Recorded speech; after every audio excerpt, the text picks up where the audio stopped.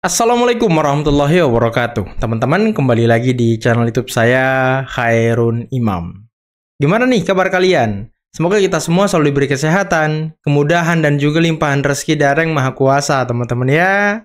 Nah, di video kali ini kita akan mendengarkan penjelasan yang sangat luar biasa dari beberapa tokoh mengenai kasus ijazah Pak Jokowi yang sekarang sudah bergulir di Polda Metro dan menjerat Roy Suryo, Rismon, Tiva, serta 5 orang lainnya sebagai tersangka. Walaupun Roy Suryo CS tidak ditahan kemarin saat pemeriksaan tahap awal oleh Polda Metro, teman-teman ya. Nah, yang pertama datang dari Prof. Jimli Asidiki, Ketua Tim Reformasi Polri bentukan Presiden Prabowo Subianto, yang dimana beberapa hari yang lalu Roy Suryo CS ini sempat berbahagia, berbangga karena penjelasan Prof. Jimli seolah-olah membela mereka, mendukung mereka. Padahal, ada penjelasan terbaru dari Prof. Jimli yang membongkar seperti apa mens rea, maksud jahat dari kelompok Roy Suryo CS yang terus mengusut dan mengulik-ngulik ijazah Pak Jokowi sampai Mas Wapres Gibran. Nah, yang kedua, ada salah satu penasihat ahli Kapolri, yakni Bapak Irjen Pol Purnawirawan Arianto Sutadi, yang juga membongkar seperti apa Roy Suryo CS ini sepertinya sudah masuk dalam jebakan Polda Metro Jaya. Waduh, kira-kira jebakan seperti apa ya? Nah, yang ketiga, ada Ki Macan yang juga ikut membongkar siapa dalang dibalik tidak jadinya Roy Suryo CS ditahan oleh Polda Metro dan siapa tokoh-tokoh yang bermain di balik ini semua. Apakah nanti akan ada kejutan dari Ki Macan? Nanti kita simak videonya. Tapi sebelum itu jangan lupa like, subscribe, dan share. Dan tanpa perlu berlama-lama lagi, mari kita mulai videonya berikut ini.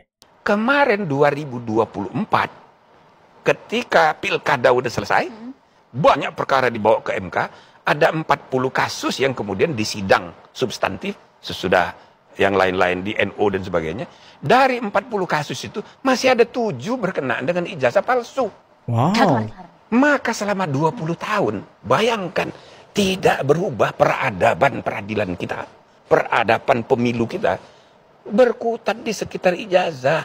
Maka kesimpulannya ijazah itu adalah cara paling mudah untuk menjatuhkan lawan politik. Cara Jadi kalau paling mudah. caleg sama caleg yang ini, calon kepala daerah saling ini, ijazahnya dipersoalkan untuk meruntuhkan wibawanya supaya dia kalah.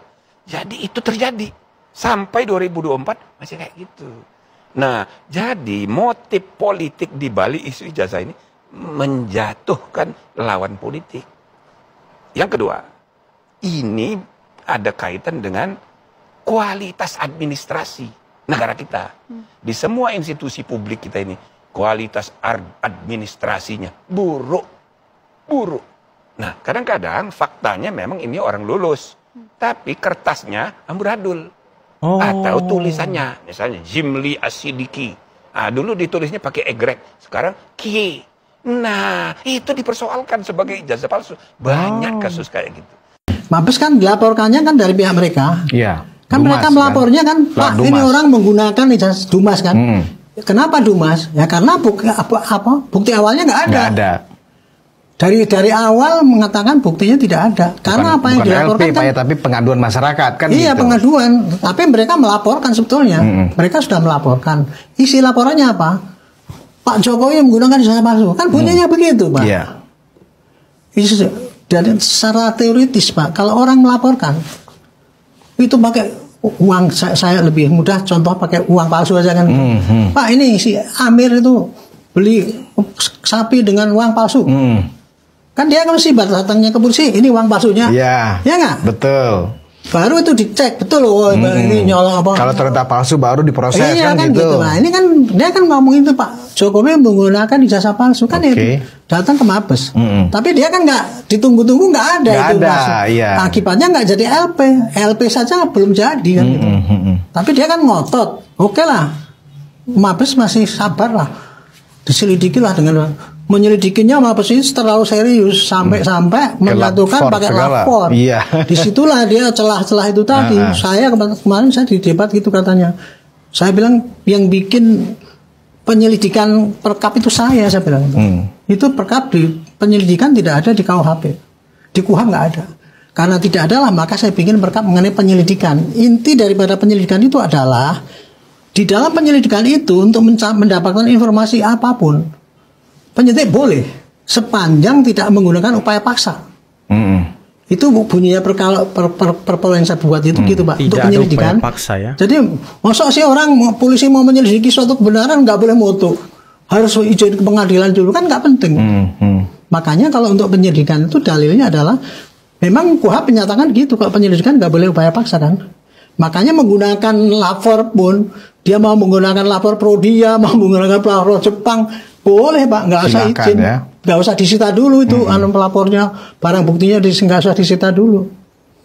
Nah tapi mereka menyerang saya, oh kok Bapak kan bikin perpolnya gitu, itu situ jelas dinyatakan kalau mau melapor itu harus ada LP, harus ada penyitaan kan gitu. Semalam mereka ngomong gitu, saya bilang Pak, itu memang kalau untuk pemeriksaan di lapor untuk tahap penyidikan iya.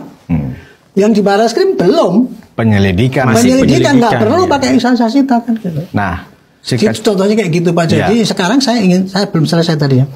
Saya ingin mengoreksi Bapak, menurut saya ya para pakar-pakar itu blunder, akhirnya dia dibawa kepada pembuktian ijazah palsu kan dua-duanya. Seperti yang disampaikan Mahfud MD juga seperti itu. Iya semua itu ya Pak. Kan? Pak Hipnu lah semua kan kayak itu larinya ke situ, padahal Pak ini kasus pidana ini tidak ada Pak ijazah palsu, membuktikan ijazah Pak Jokowi itu asli apa tidak itu nggak ada. Yang dilaporkan adalah menggunakan ijazah palsu. Dari laporan yang di Mabes pun Pak penyidik nggak mendapatkan. Kemudian yang laporan di Polda Metro pun nggak terbukti ada bahwa ada ijazah palsu kan gitu. Nggak terbukti. Bukan ijazah aslinya loh kita. Nah kemudian kan kita.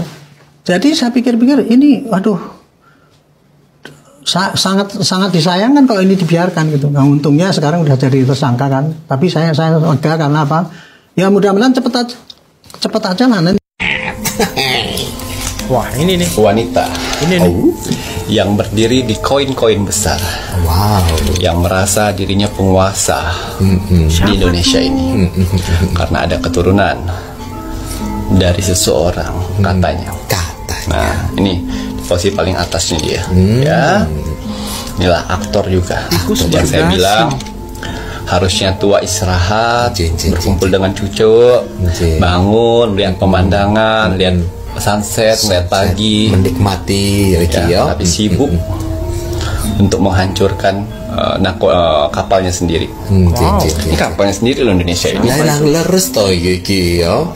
Nah ini tadi kan jangan kau lobangi kapalmu sendiri kalau kau masih dalam situ. Nah inilah tanda sosok wanita. Ibu Ratu Tikus, ya, yang makan uang haram sehingga tuanya tidak tenang hidupnya. Inilah dia aktor kedua. Aktor kedua, Ibu Ratu Tikus, ya. Aktor yang ketiga, yang mukanya berewokan. Ngalah, iku, ya. Iki, ya. Ini pintar sekali. Dia di belakang layar. Jarang sekali terlihat. Betul. Di belakang layar, tapi liciknya. Licik juga ini. Di belakang layar, dia bermain di belakang layar dan mengeluarkan ide-ide. Betul. Sehingga banyak publik tidak mengerti apa sih fungsinya dia. Fungsinya luar biasa sekali. Manipulatif dia ini. Ya banyak hal-hal yang tidak baik ini ya. Si aktor yang berewok ini ya. Waduh ini yang kayak gini-gini agak seru juga ya. Seorang laki-laki yang pakai baret layaknya prajurit mantan bintang. Mantan memegang bintang. Burung. Artinya memegang burung itu apa? Memegang suara di negara ini. Dikit-dikit klarifikasi ya. 11-12 dengan nepos lah ya. Kata dia Ki ya. Tapi ini versi laki-laki. Versi laki-lakinya. Versi laki-lakinya yang apa ya? Ayo. Yang selalu menantang pejabat-pejabat yang tidak bisa sejalan dengan dia. Ngoten. Ya, di saat pejabat-pejabat ingin membersihkan kebusukan, membersihkan dari korupsi, dia ngamuk. Aktor busuk ini. Dan Prabowo sudah tahu ya Ki ya. Tapi Prabowo punya cara sendiri karena orang ini kan mantan gitu. Tidak ditahannya Roy Suryo ini bukan karena dia tidak bersalah ya, bukan karena dia tidak melakukan, tapi karena Polda kasihan. Polda kasihan. Lebih ke kasihan. Oke. Kenapa gue bilang Polda Metro Jaya lebih ke kasihan? Ya karena ya kita tahu kan dia keluar dari Polda Metro Jaya udah nangis-nangis kan. Betul, nangis-nangis. Dr. Tifa, si Kurnia, ya, Roy Suryo, Rismon juga udah mukanya pucat lusuh, nggak berani berkomentar lagi kan. Biasanya gagah dia tuh ya kan. Gagah, maki-maki Pak Tito, maki-maki Pak Kapolri kan gitu. Tapi begitu dia keluar dari Polda kemarin kan termasuk pengacara-pengacaranya udah kayak tikus kecebur got semuanya kan gitu. Jadi udah muyung semua gitu. Tikus kecebur got. Jadi ini isyarat sebenarnya. Isyarat bahwa sudah diberitahu mereka bahwa mereka akan ditahan gitu loh. Sebenarnya mereka itu nyenengin diri aja. Senengnya cuma sebentar. Tetapi lagi-lagi di sini dia mencoba untuk bahagia semu, ngerti gak bahagia semu? Pura-pura bahagia. Jadi itu dia tuh sekarang jadi orang purba semua. Gitu dari mulai Ahmad Kojinudin ya kan. Roy Suryo, Rismon, Sasoloan Panjaitan, apalah namanya susah banget. Dokter Tifa ya kan.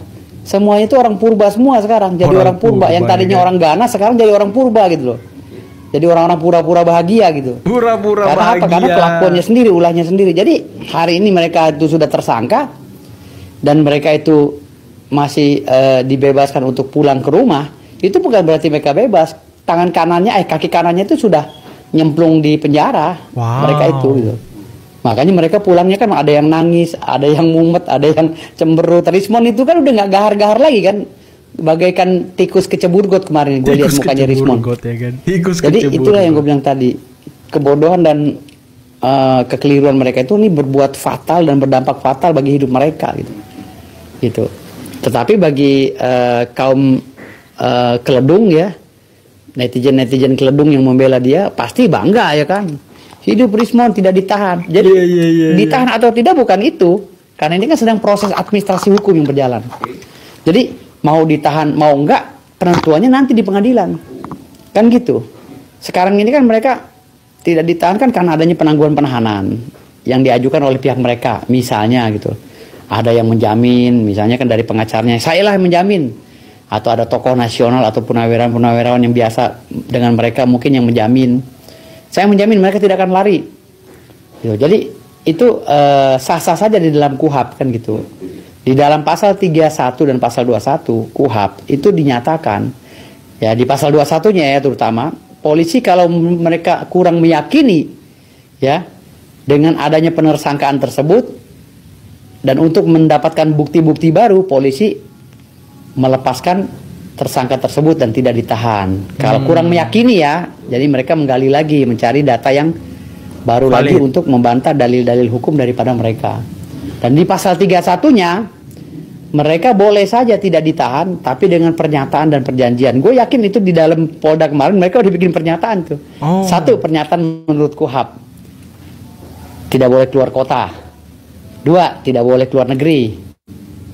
Tiga, tidak boleh menghilangkan barang bukti atau alat bukti. Empat, tidak boleh merusak alat bukti dan barang bukti. Lima, tidak boleh melakukan kesalahan yang sama dengan menfitnah, mencaci maki, menghina, nggak boleh. Nah, kayak kita lihat aja nih sekarang, punya nyali nggak Roy Suryo? Rismon Sianipar punya nyali nggak dia berbuat kemarin? Gue yakin 1000% nggak akan pernah berani, karena kalau dia ribut lagi pasti ditangkap sama Polda Metro Jaya, karena itu syaratnya.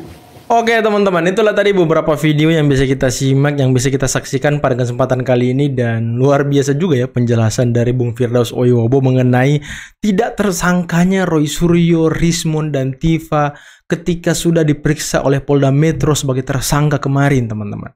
Berarti ya sekarang sih memang kalau kita lihat YouTube yang selalu merekam mereka, yang selalu mendokumentasikan kegiatan-kegiatan Roy Suryo, Rismon, Tifa, yang selalu mewawancarai ketiga orang ini mengenai jasa Pak Jokowi, itu semakin redup teman-teman. Videonya tuh sudah tidak ada lagi mengenai Roy Suryo, Rismon, Tifa yang mengomentari ijazah Pak Jokowi. Kenapa ini? Apakah mereka memang sudah dibungkam oleh polisi, dilarang untuk melakukan hal-hal atau tindakan yang serupa? dan dilarang keluar negeri. Padahal ya beberapa hari lalu Tifa sempat mengatakan katanya mau ke Singapura ya kan, mau meneliti jasanya Mas Wapres Gibran, tapi sudah jadi tersangka. Kemudian muncul lagi Rismon melakukan teori cocoklogi, katanya kita jadi tersangka karena kita mau ke Singapura mengusut ijazah Gibran. Makanya kita tersangka sampai ya kita akan dipenjara biar kita tidak meneliti jasa Wapres. Ada. Ini cocok-cocok logi yang sebenarnya bisa merusak akal sehat dan pikiran masyarakat. Walaupun itu salah, tapi terdengar benar teman-teman. Inilah bahayanya cocok logi dan framing luar biasa. Ya, padahal kan tidak ada hubungannya mereka meneliti jasa Mas Wapres Gibran dengan tersangkanya mereka di Polda Metro Jaya. Ini kan pure penegakan hukum, kata Kapolda. Dan kalau memang polisi ini bertindak di luar prosedur, sudah pasti akan ditindak. Ada dua loh yang mengawasi polisi saat ini. Tim Reformasi Polri bentukan dari Presiden Prabowo Subianto. Dan yang kedua, tim Reformasi Polri yang dibentuk oleh Kapolri itu sendiri. Jadi kalau Polri macam-macam, pasti langsung dilaporkan ke Presiden. Jadi ya sekarang saya sangat tidak percaya kalau ada yang mengatakan bahwa polisi diatur-atur Jokowi, polisi sedang kriminalisasi, polisi tidak taat kepada hukum. Ini kan konyol pernyataan-pernyataan seperti ini teman-teman. Dan tadi mengenai penjelasan dari Ki Macan. Nah sepertinya kalau saya dengarkan ini bukan penjelasan mengenai siapa dalang dibalik ketidaktersangkaan dari atau ketidakditahannya Roy Suryo CS. Ini kayaknya video lain teman-teman ya. Kayaknya ini video terkait dengan siapa yang merusak Indonesia saat ini, siapa yang menjadi pengacau di Indonesia saat ini, atau bohir-bohirnya lah teman-teman. Tapi kalau kita bilang ada irisannya kepada Roy Suryo CS ya mungkin saja itu masih terbuka kemungkinan teman-teman. Tapi kita jangan sampai menjudge dan menyimpulkan bahwa kira-kira siapa sih yang dibilang oleh Ki Macan itu, kira-kira si ini ya yang dibilang. Nah nggak boleh teman-teman, nggak boleh, karena Ki Macan tidak menyebutkan nama, jadi kita tidak bisa menyebutkan nama juga. Jangan kita langsung menyimpulkan dengan data-data yang masih abu-abu, nggak boleh teman-teman. Jadi ya kita jangan seperti pembenci Pak Jokowi yang dapat informasi A langsung disimpulkan, dapat informasi B langsung disimpulkan, dapat informasi C jangan langsung disimpulkan. Nah kita jangan seperti itu. Ya apa yang disampaikan oleh Ki Macan ya jujur saya tidak terlalu percaya, saya tidak terlalu meyakini, karena memang dari awal prinsip hidup saya tidak percaya dengan hal-hal yang bersifat ramalan, hal-hal yang bersifat tarot, hal-hal yang bersifat dengan dunia-dunia gaib. Yang saya itu tidak terlalu tidak terlalu tertarik lah dengan hal-hal seperti itu. Cuma ini tadi kenapa video ini muncul di reaction saya, karena rame banget yang bahas di media sosial TokTok, makanya kita angkat teman-teman. Tapi ya percaya atau enggaknya itu kembali kepada pribadi masing-masing. Tapi saya harap kalian semua jangan terlalu percaya dan langsung menyimpulkan bahwa oh yang dimaksud Ki Macan si ini ya, yang dimaksud Ki Macan si ini ya. Nah nggak boleh, kita nggak boleh cepat menyimpulkan teman-teman ya. Jangan seperti gerombolan pembenci. Dan penjelasan Pak Arianto Sutadi tadi sangat luar biasa mengenai kasus yang bergulir di Polda Metro, mengenai laporan dari TPUA, mengenai ijazah Pak Jokowi, mengenai bagaimana lap 4 itu dilakukan. Ya itulah semuanya imbasnya akan memenjarakan Roy Suryo CS. Oke, mungkin cukup sekian dulu video kali ini. Jangan lupa like, subscribe, dan share videonya. Akhir kata, billahi taufiq wal hidayah. Assalamualaikum warahmatullahi wabarakatuh. Bye-bye.